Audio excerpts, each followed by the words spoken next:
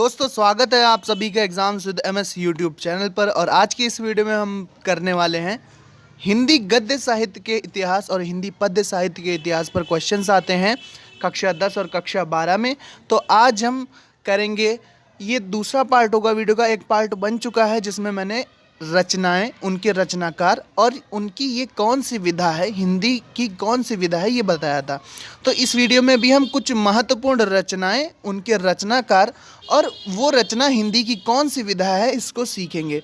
दोस्तों सभी रचनाएं इंपॉर्टेंट हैं, तो वीडियो को लाइक कर दीजिए और अगर आपका मन हो तो चैनल को प्यार से सब्सक्राइब भी कर सकते हैं आप लोग, अगर आपका मन हो भैया तो। ठीक है, तो यहाँ पर हम डिस्कस करने वाले हैं अब रचनाएं। क्लास 10th में भी इससे क्वेश्चन आते हैं 10 नंबर के, 12th में भी आते हैं, तो देख लेना वो अपना, ठीक, अपने अपने हिसाब से। तो रत्नावली नाटक है भैया, रत्नावली एक नाटक है। इस तरह से भी तो क्वेश्चन पूछ देते हैं कि जैसे क्वेश्चन लिख दिया होगा कि रत्नावली निम्न में से हिंदी की कौन सी विधा है। नाटक लिख दिया, ऑप्शन बी उपन्यास कर दिया, सी कहानी कर दिया, डी एकांकी कर दिया, तो आप यहाँ से समझ पाएंगे कि रत्नावली क्या है, नाटक है एक, और भारतेंदु हरिश्चंद्र इसके रचनाकार हैं। नेक्स्ट है हमारी रस मीमांसा। ये क्या है, रस मीमांसा एक निबंध है। रस मीमांसा एक निबंध है जिसके रचनाकार आचार्य रामचंद्र शुक्ल हैं। लहरों के राजहंस, लहरों के राजहंस नाटक है, रचयिता है मोहन राकेश। लहरों के राजहंस, रचनाकार हैं मोहन राकेश। ये क्या है, एक नाटक है। चलो भैया नेक्स्ट देखते हैं अपना लिखी कागद कोरे। लिखी कागद कोरे निबंध है, सच्चिदानंद हीरानंद वात्स्यायन, जिन्हें अज्ञेय भी कहा जाता है। अगला है विचार और अनुभूति। विचार और अनुभूति एक आलोचना है जिसको डॉक्टर नागेंद्र ने लिखा है। आलोचना है, हिंदी की जो विधा है वो कौन सी, आलोचना है। विचार और अनुभूति एक आलोचना है जिसको डॉक्टर नागेंद्र ने लिखा है। अब देखते हैं विचार और वितर्क। ये निबंध है और हजारी प्रसाद द्विवेदी की ये रचना है। विचार और वितर्क आचार्य हजारी प्रसाद द्विवेदी की रचना है। नेक्स्ट देखते हैं, नेक्स्ट रचना कौन सी है हमारी, विचार विमर्श। अगली जो रचना है वो कौन सी, विचार विमर्श। विचार विमर्श आलोचना है महावीर प्रसाद द्विवेदी। महावीर प्रसाद द्विवेदी और हजारी प्रसाद द्विवेदी में कंफ्यूजन होता है भैया, याद कब रहेगा, जब बार बार हम उसको पढ़ेंगे या याद करेंगे, कम से कम रिवाइज तो करना ही पड़ेगा। चलो आगे बढ़ते हैं।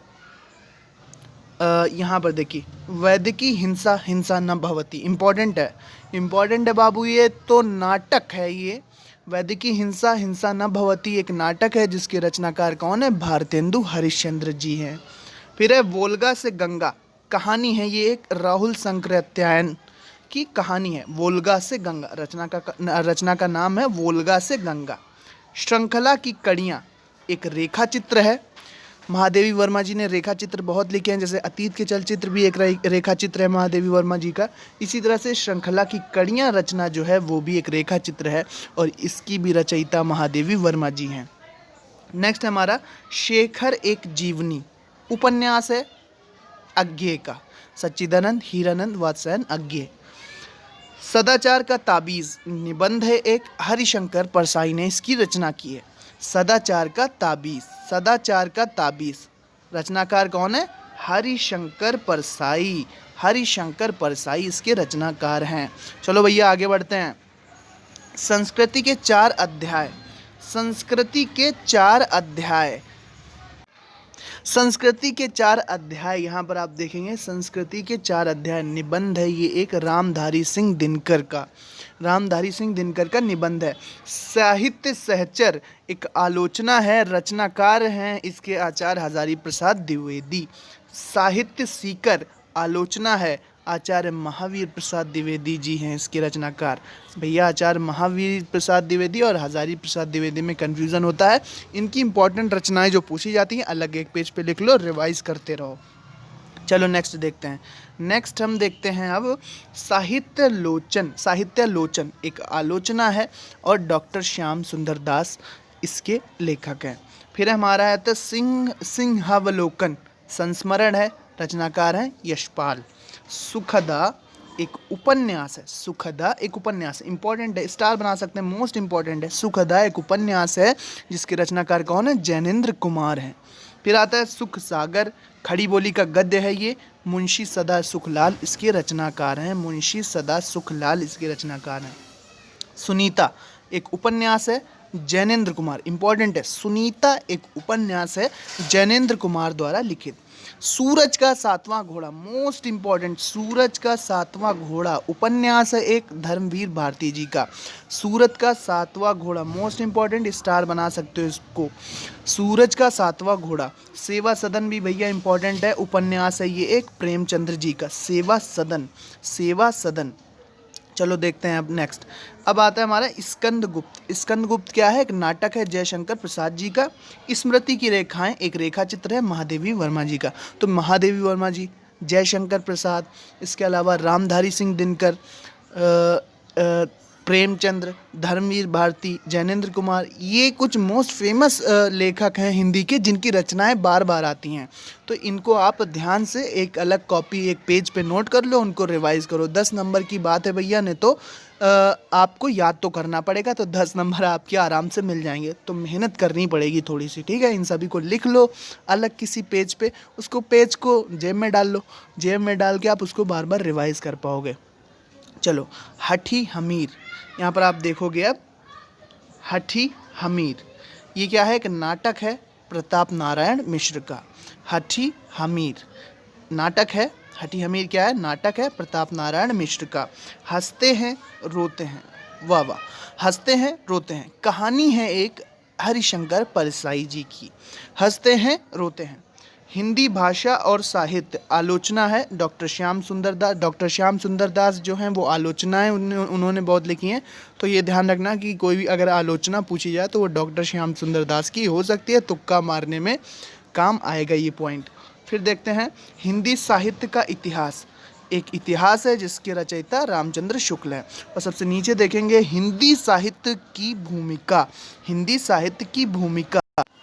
लास्ट में आपको दिख रहा है हिंदी साहित्य की भूमिका, ये क्या है? एक आलोचना है जिसके आलोचक कौन है, रचयिता कौन है? आचार्य हजारी प्रसाद द्विवेदी। तो भैया ये मोस्ट इंपॉर्टेंट कुछ रचनाएं थी, अलग पेज पे लिख लो, इनको रिवाइज करो बार बार।